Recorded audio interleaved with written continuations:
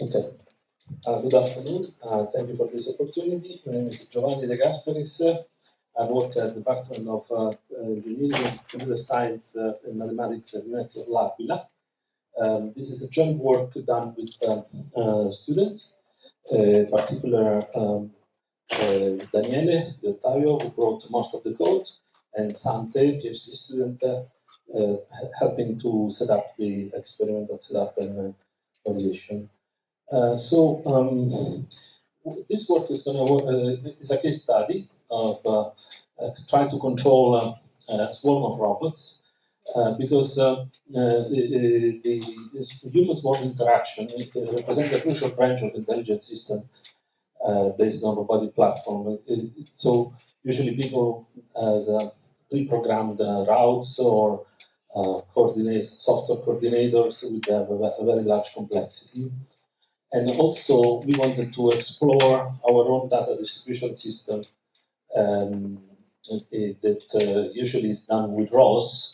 But over my experience of teaching robotics, I found that students need something more basic before approaching to ROS. So this is also motivates this design. So basically, we have a real-time multi-agent system that incorporates communication primitives and modular architecture components. As the functionality grows in complexity, there is an increasing need for more intuitive methods for humans to interact with the robots. And also, we need a platform designed for data distribution, real-time environment, and easy to use and easy to program. In this case, we wanted to achieve this kind of requirements, scalability in communication. So coordinating large robot teams require decentralized protocols that ensure efficient data exchange while minimizing bandwidth usage. First of all, we don't want to waste bandwidth, but also energy, because if you might think about like robots in a harsh environment, or maybe flying drones that have a very limited battery life. So everything is kind of limited in any way. There is also a large heterogeneity and requirement of interoperability. Multi-robot environments often include diverse platforms, like some robots are grounded, some are aerial, underwater, requiring standards middleware such as ROS2 and DTS to facilitate communication, which is the conventional way to do it professionally.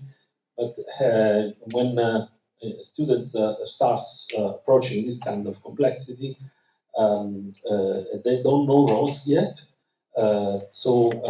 Instead, we introduce this our own middleware so that that kind of complexity is reduced and the students can concentrate more on the problem itself. Also, we need the coordination and control. So we want to use AI-driven planning algorithm running somewhere, maybe in some robot or in some external computing device, and still exchanging data with the rest of the robots. So like task allocation, collision avoidance, that all require significant computational resources of real-time processing. So, indeed, we want to keep things energy efficient, and we need to do some resource management. Long duration autonomous mission necessitate power efficient design, including wireless energy transfer and autonomous charging station. In some cases, you may find some drones that go over power lines and get energy from them. So it's also energy harvesting. Also, not to forget security and ethical consideration, in which you need to keep things robust against cyber threats or attacks, data interception, spoofing, and also ensure ethical deployment involves transparency, accountability, alignment with human values. So we need to know each node of the network and the community of robots is doing and what, why, and towards whom. So, generally speaking, this is a overall picture of the tools that we developed. One name is PySketch. It's a first set of tools that is based on Python. The students can actually set up for each node of the controlling network um, like an Arduino-like sketch. So since they already have some Arduino experience, they need to write the setup function and the loop function. So in this way, we simplified as much as possible the necessity to uh, design the control algorithms. On the other hand, we have also special K. Now it's going to be renamed the SIBE, which is based on C++, which takes care of the underlying data distribution service. It's a different open source project. And in this case, we are able to implement either a centralized deployment system in like hub and satellites, so that you have a star-centered communication kind of network. Or if you use SIBE only, you can have a peer-to-peer, pure development network in which there is no central node, and so it's more robust against damages or loss of nodes.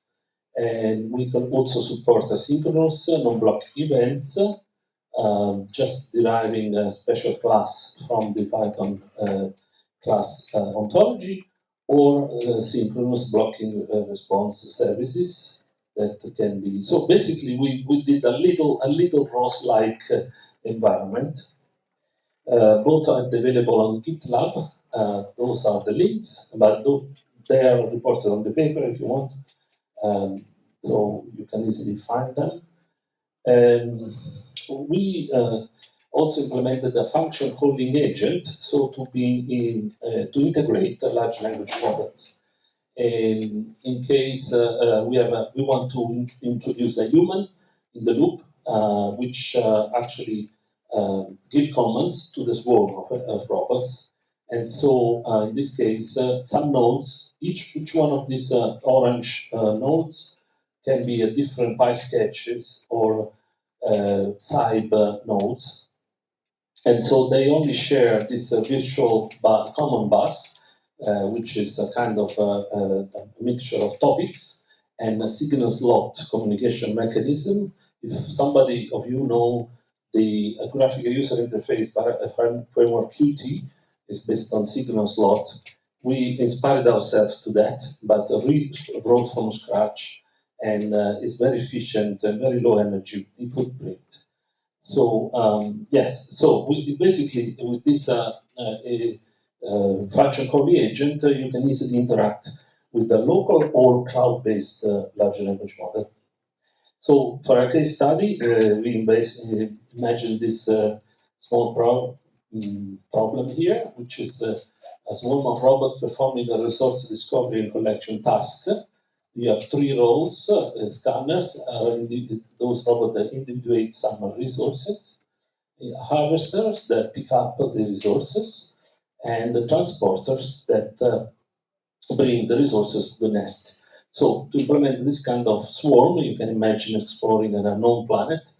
You can actually implement each PySketch in each node and some communication module between them, either by a peer-to-peer network or a centralized star communication. In this case, we wanted to define each single node, including the function agent module that allows a human operator to give voice commands to the swarm, like find the resources, collect the resources, transport resources to the nest. We also implemented behavior trees in one of those PySketches, and so that each role can have its own behavior tree, and so the robot can actually try to behave accordingly to the condition of the context. And so we also have some nodes in the network that are not can actually be can reside in one of the robots, maybe the one that has more computational capability, which takes care of the task planning, or orchestration of the software environment and other things. So this is the example of the behavior tree we implemented. You know very briefly the history. The behavior tree are coming from video games. We implemented a very simple resource harvesting behavior, so each robot can implement that. And for performance evaluation, we try to make a very simple problem with the face tracking. So we have 3 nodes. One is taking care of camera capture, one is taking care of face detection, and another one is taking care of viewer of the user interface. This is a screenshot of what's going on. There are 3 containers running on a Raspberry Pi, and we achieved easily 30 frames per second without much problem. And we also compared the same with the same hardware ROS2 solution. So we were able to find that actually our middleware is actually a little bit faster than ROS2 on the same hardware. And so you can find in the paper all kinds of performance attributes of data distribution service. And yeah, basically it's working very well, I think. It's good for our students to start to learn robotics and distribute the computing, basically.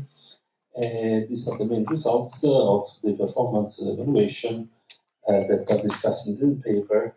And so, concluding, yeah, we developed this kind of PySketch for Arduino-like Python sketches that are able to implement task satellite nodes guided by behavior trees and interface with the LLM, either local or cloud, depending on your computational capability. Also, the Cyber Specialty C++ framework to implement high-performance robot perception model control satellite nodes. Special key flow protocol to coordinate a peer-to-peer swarm of robots, and a performance comparison with ROS2 for real-time human face tracking.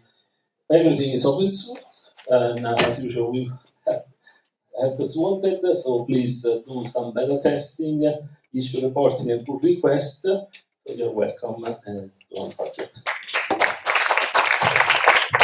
Thank you very much for an interesting talk.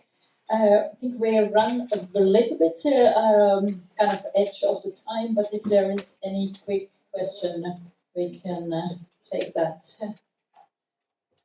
Actually, oh. There is one. Just quickly.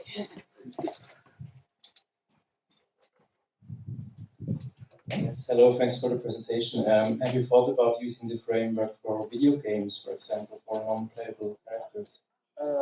It could be possible. Yes, it could be possible. It is another interesting problem set up. We can ask some students to try that.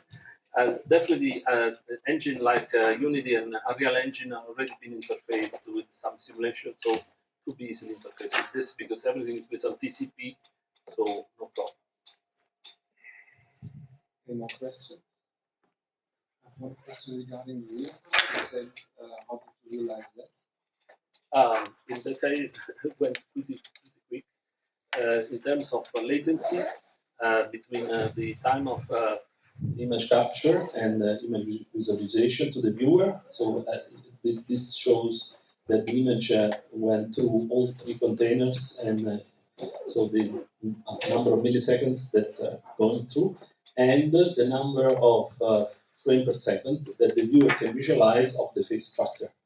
So the face tracker can go 30 frames per second on a Raspberry Pi, which is quite interesting as a low energy footprint because it's using no GPU basically. So thank you once more. Thank you. And this actually concludes this session.